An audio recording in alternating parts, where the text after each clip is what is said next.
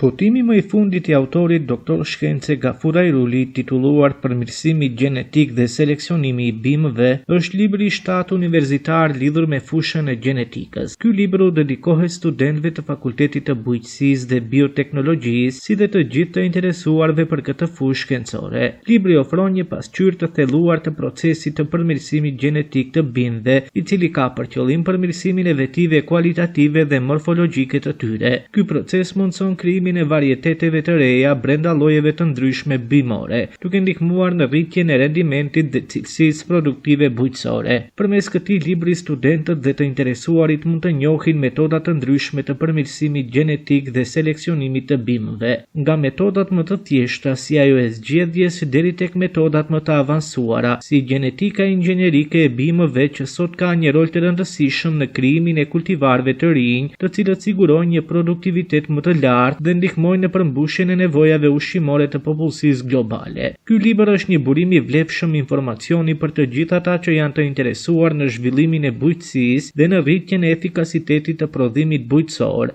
përballë sfidave të ardhshme që lidhen me rritjen e popullsisë dhe ndryshimet klimatike.